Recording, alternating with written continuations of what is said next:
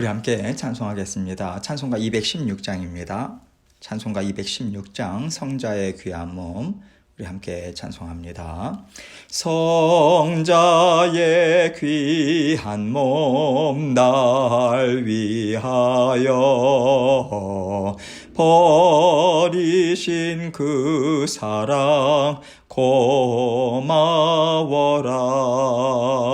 내 머리 숙여서 주님께 비는 말 나무어 주님께 바치리까.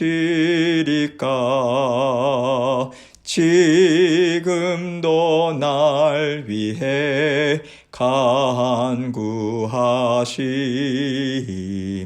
이 옅은 믿음이 아옵나니. 주님의 참사랑 고맙고 놀라워 찬송과 기도를 쉬지 않네.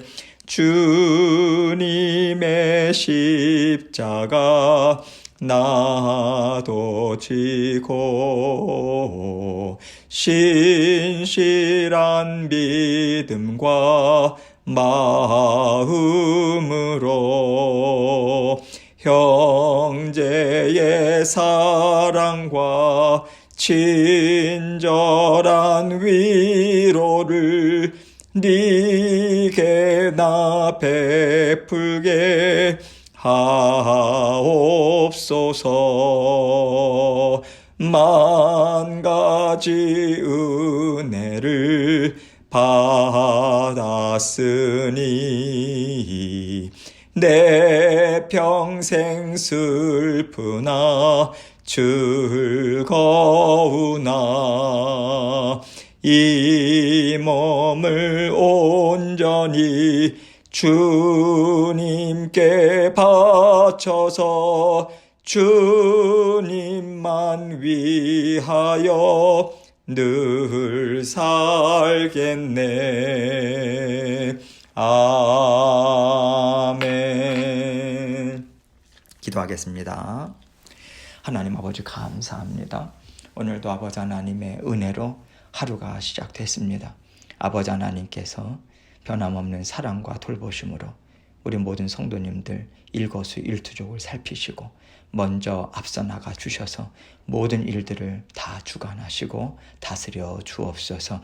아버지 하나님께서 오늘도 말씀을 통해서 저희 각자에게 들려주시는 주님의 음성 듣게 하시고 오늘도 말씀과 더불어 승리하고 아버지 하나님께 온전한 영광 올려드리는 기쁘고 즐겁고 자족하고 만족하는 하루의 삶이 될 수 있도록 은총 베풀어 주옵소서. 아버지 하나님께서 주신 말씀 주님께만 영광 올려드립니다. 아버지 하나님 홀로 영광 받아 주옵소서. 예수 그리스도의 귀하신 이름으로 기도합니다. 아멘. 하나님 말씀 열왕기상 6장 1절 그리고 11절과 13절입니다. 두 군데로 나눠서 보도록 하겠습니다. 1절 먼저 읽겠습니다. 이스라엘 자손이 애굽 땅에서 나온 지 480년이요 솔로몬이 이스라엘 왕이 된 지 4년 15월 곧 둘째 달에 솔로몬이 여호와를 위하여 성전 건축하기를 시작하였더라. 11절입니다. 여호와의 말씀이 솔로몬에게 임하여 이르시되 너가 지금 이 성전을 건축하니 너가 만일 내 법도를 따르며 내 율례를 행하며 내 모든 계명을 지켜 그대로 행하면 내가 너의 아버지 다윗에게 한 말을 너에게 확실히 이룰 것이요 내가 또한 이스라엘 자손 가운데에 거하며 내 백성 이스라엘을 버리지 아니하리라 하셨더라. 아멘. 하나님께서 드디어 이스라엘 땅에 하나님이 임재하시는 성전을 모든 이스라엘 백성들과 함께 세워가는 일을 시작하셨습니다. 하나님께서 건물에 꼭 들어가 계셔야 하고 건물이 있어야지만 이스라엘 백성과 하나님 사이의 만남이 이루어진다라고 하는 의미는 절대 아니에요. 오늘날 하나님이 성령을 선물로 주시고요. 마음으로 또 영으로 하나님과 언제든 만남을 가질 수 있게 허락해 주신 것을 보면 성전은요, 하나님이 항상 함께하고 계시다라고 하는 것을 사람들 수준에 맞춰서 가시적으로 보여주신 그 목적으로 주신 것입니다. 또 그 당시에 우상들이 너무나도 많았기 때문에 오직 하나님만 섬기라고 하는 뜻에서 하나님께서는 성전을 이스라엘 백성들에게 허락하신 것이죠. 하나님께서 이스라엘 백성들과 성전을 통해서 만나시겠다라고 약속을 주신 것은요, 이방인들이 말하는 방법이나 주장하는 말들을 따르지 말아라, 이 뜻도 포함되어 있는 거예요. 성전에 나와서 하나님을 예배드리고 하나님의 말씀을 통해서 하나님의 백성으로 삶을 살아가라, 이 뜻인 거죠. 그렇기 때문에 성전이 세워졌다는 것은 하나님께서는 하나님의 말씀 또한 이스라엘 백성들 가운데 확고하게 서야 될 것을 뜻하신 것이다 라고 우리는 생각할 수 있겠습니다. 오늘 말씀 1절을 보면요, 이스라엘 자손이 애굽 땅에서 나온 지 480년이요 솔로몬이 이스라엘 왕이 된 지 4년 15월 곧 둘째 달에 솔로몬이 여호와를 위하여 성전 건축하기를 시작하였더라, 이렇게 증거하고 있어요. 하나님은 성전을 건축하기를 시작한 것과 출애굽 사건을 함께 묶어서 말씀하고 있습니다. 이것은요, 성전 건축에 담긴 하나님의 뜻을 이스라엘 백성들이 분명하게 붙잡고 성전 건축에 임해야 된다, 이 의미인 거죠. 애굽 땅에서 나온 지 480년이라 이렇게 얘기하고 있어요. 참 오랜 시간을 하나님께서는 이스라엘 백성들과 동행하셨고요. 그 오랜 시간 동안에 하나님은 어떤 분이신가, 그들에게 계속해서 가르쳐 주시고 체험하여 알게 해주시는 그 엄청난 일들을 꾸준히 해오셨습니다. 그러나 이스라엘 백성들은요, 하나님의 인도하심을 온전히 따르기보다는 육신적으로 좋은 거, 편안한 거, 안락한 것, 그리고 크고 웅장하고 화려한 인생, 이런 것들을 계속해서 쫓아왔지 않습니까? 이스라엘 백성들이 애굽에서 있을 때의 모습과 너무나도 비슷해요. 이스라엘 백성들이 애굽에서 노예 생활을 할 때 하나님께서 모세를 보내셨습니다. 출애굽을 명하시죠. 여러 가지 이적들을 보여주셨어요. 그렇게 이끌어 가셨을 때 이스라엘 백성들은 의심했잖아요. 끊임없이 불평합니다. 광야 생활 가운데서도. 하나님이 인도하시는 적과 꿀이 흐르는 땅까지 가기 싫다고 옛 본성으로 돌아가는 일을 거듭 했거든요. 이 모습과 지금 성전 건축을 앞둔 이스라엘 백성들의 삶과 별 다를 것이 없습니다. 이것을 통해서 무엇을 깨닫게 되나요? 우리에게 어떤 합당한 이유가 있어서 하나님이 구원을 베푸신 것이 아니라는 겁니다. 죄의 본성으로 인해서 악한 삶을 살 수밖에 없고요. 그러한 삶을 살 때 우리 심령이 얼마나 상합니까? 악한 영들이 주는 고통이 있거든요. 하나님께서는 그것을 안타깝게 생각하시니까 우리를 살려주시는 은혜를 베풀어 주신 것이지요. 출애굽과 출애굽의 은혜, 구원 역사를 베풀어 주신 것과 같은 이유인 거예요. 이스라엘 백성들이 너무 고통스러우니까 하나님께 부르짖었고 하나님은 다 들으셨다는 거 아니겠어요? 또한 하나님은 사울 왕과도 함께 하셨습니다. 그러나 그는 은혜를 맛보고서도 사리사욕에 눈이 멀어서 하나님을 떠나잖아요. 하나님을 떠났으나 하나님께서 이스라엘 백성들을 위해서 해주신 일이 무엇입니까? 다윗이라는 하나님의 마음에 합한 왕을 세워주시는 일을 하셨어요. 이스라엘 백성들이 하나님께 받은 은혜와 복은 뭐라고 설명을 다 할 수가 없는 거예요. 이렇게 사람으로부터는, 우리로부터는 어떤 이유를 찾을 수 없기 때문에 설명이 불가능하죠. 하나님이 우리에게 주시는 은혜와 복은요, 사람의 이성으로는 도저히 생각할 수 없고요, 설명이 불가능한, 태초부터 우리를 온전히 사랑하시는 하나님의 마음밖에는 없다라고 하는 것입니다. 다윗도 그래서 내가 무엇이기에 하나님이 저를 이렇게 사랑하십니까? 그 고백했고요.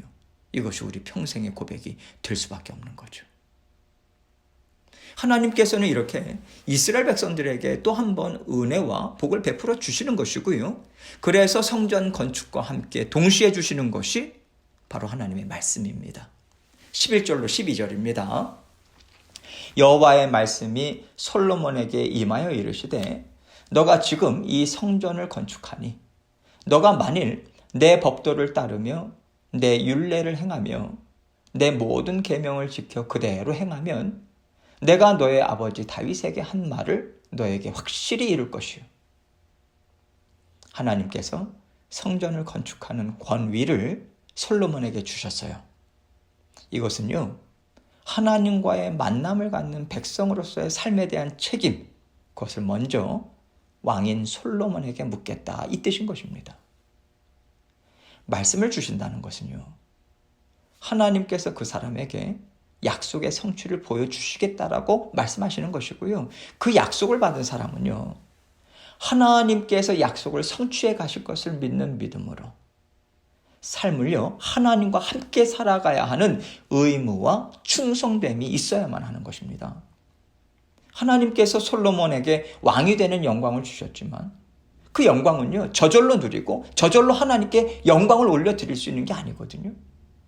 하나님의 약속의 말씀을 붙잡고요, 하나님과 동행하는 삶을 살고자 애쓰는 순종, 충성의 삶이 반드시 따라와야 되는 것입니다. 하나님은 지금 솔로몬에게 이것을 말하시는 거예요.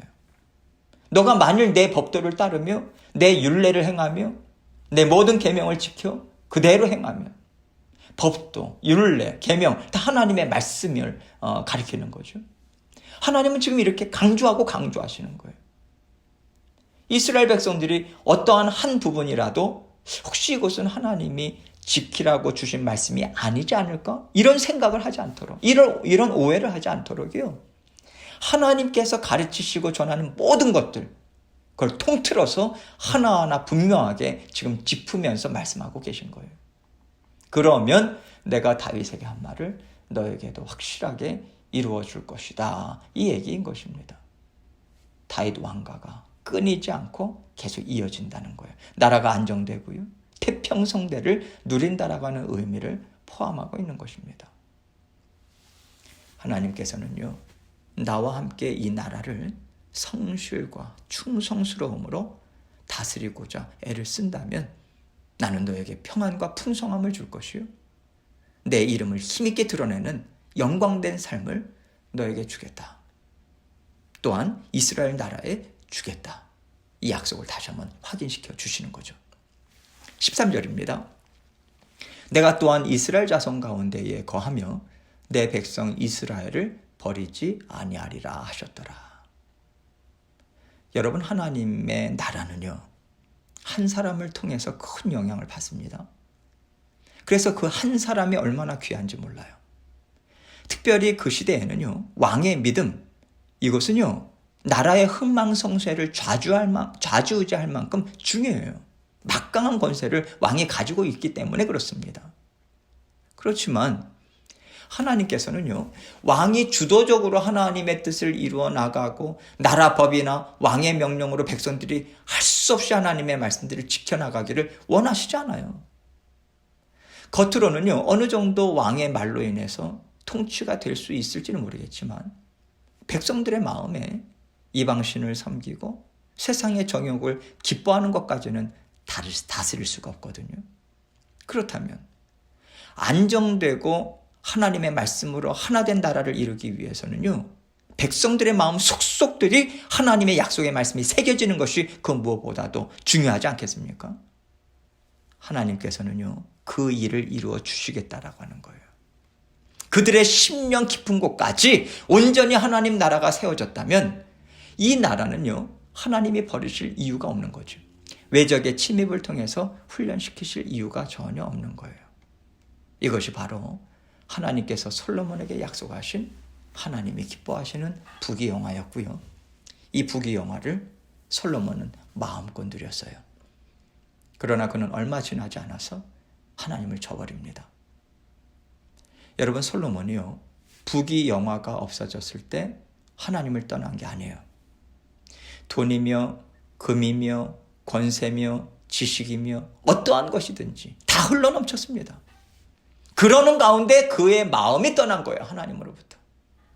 이것이 바로 우리가 붙잡고요, 고칠고 생각하고 우리에게도 스스로 질문을 던져야 하는 부분인 거예요. 우리가 살다 보면 시간적인 여유도 없고요, 먹고 살아야 되니까 많은 일들을 감당해야 돼요. 몸이 고단하고요, 때로는 아프기도 합니다. 그런 가운데 마치 여러 가지 환경 때문에 하나님을 경외하는 자녀로서 살아가지 못하는 것처럼 생각하고 뭐 이렇게 살아도 되지, 괜찮겠지, 이렇게 생각하는 경우가 우리에게 많지 않습니까? 하나님께서 우리에게 성령을 선물로 주시고 너희의 상황이 어떻든 너희는 나와 언제든지 하나 되어 살 수 있다. 하나님께서 새 하나님의 나라를 우리 심령 가운데 세워주셨어요. 그래서 우리는요, 환경을 탓할 수가 없는 것입니다. 우리가 그렇게 바라고 바라는 육신의 몸을 입은 사람으로서 최고의 삶을 누린 솔로몬이요, 하나님의 말씀을 경홀히 여기고 마음이 떠났다라고 하는 것은 환경이 문제가 아니라는 거예요. 무엇 때문에 내가 오늘 온전히 하나님 앞에 예배드리지 못하고, 무엇 때문에 내가 하나님의 자녀로서 약속의 말씀을 붙잡고 살아가는데 해이해져 있는가? 이것을 다른 곳에서 찾을 필요가 없다는 것입니다. 내가 죄 가운데 있을 때 나를 찾아오신 예수 그리스도께서는 지금도 나를 찾아오세요. 거듭 찾아오십니다. 내 마음에 하나님 나라를 확장시켜 가야 할 땅이 아직도 남아 있으니까요. 우리는요, 이 정도면 됐지, 그렇게 안주해서는 안 돼요. 우리는 하나님이 주신 젖과 꿀이 흐르는 땅을 남김없이 차지해야 되잖아요. 아직 차지하지 못한 땅, 아직 하나님 앞에 두 손을 들지 못한 영역에서도 끊임없이 우리는 하나님의 약속의 말씀을 믿는 믿음으로 전진해야 합니다. 그렇지 않으면 하나님의 자녀로서의 영광된 삶이요, 다 망가질 수 있어요. 여러분 생각해 보세요. 하나님의 자녀로서 성전 건축을 하도록 허락받았다, 통로로 쓰임받는다, 이것보다 더 영광된 것이 어디 있겠습니까? 거기에다가 성전 건축을 할 수 있는 모든 자원을 이미 허락해 주셨어요. 성대하게 모든 과정이 아름답게 이루어진다면 하나님의 자녀로서 이것보다 더 큰 영광이 없을 것입니다. 하나님께서는 솔로몬에게 하나님의 자녀로서도 가장 영광된 삶을 경험하여 알도록 허락하셨어요. 육신적으로 봤을 때도요, 사람들이 최고로 부러워하는 모든 것을 다 갖고 누리는 삶을 허락해 주셨습니다. 그럼에도 불구하고 우리의 죄성이, 우리의 육신의 정욕이 우리를 가만두지 않는다. 하나님은 솔로몬의 일생을 통해서 우리에게 보여주신 것입니다. 내가 지금 하나님 앞에 뜨거운 열정과 감사와 기쁨과 만족으로 살아가지 못하는 것은 외부적인 요인이 아니라는 거예요. 내 마음이 이미 외적인 것으로 기울었기 때문에 내 마음이 지금 메마르고 있다라고 하는 것을 하나님은 솔로몬의 삶을 통해서 우리에게 보여주시는 거죠. 하나님께서는 오늘 말씀을 통해서 우리 각자에게 분명하게 말씀해 주고 계십니다. 너가 지금 이 성전을 건축하니, 이 말씀을 하시는 것은요, 이것이 다가 아니라는 거예요. 만족하지 말아라. 성전 건축이 의미하는 바가 무엇인지를 붙잡고 너는 나의 말로 살아내라, 이 명령을 주고 계신 것입니다. 중요한 것은요, 내 마음의 성전이에요. 내 마음의 성전은 예수 그리스도의 십자가 보혈과 성령께서 깨닫게 하시는 하나님의 말씀으로 살아가는 삶으로 지어집니다. 하나님께서 우리에게 성전을 건축하라고 하세요. 오늘도 하나님의 임재하심을 확인하면서 힘있게 걸어가시는 저와 여러분이 되시길 주님의 이름으로 축원합니다. 함께 기도합니다. 우리 안에 성령께서 힘있게 즐겁게 기쁨으로 우리와 함께 동행하시는가, 우리가 스스로 점검해보고 내가 어디에서 미끄러졌는가, 이것을 분명하게 우리가 다시 한번 생각하고 하나님을 다시 한번 부르짖고 힘있게 살기 원합니다. 이 고백 하나님 앞에 또 간구 올려드리고 여러 가지 기도 제목들 가지고 주님 앞에 나아가도록 하겠습니다. 기도하시겠습니다.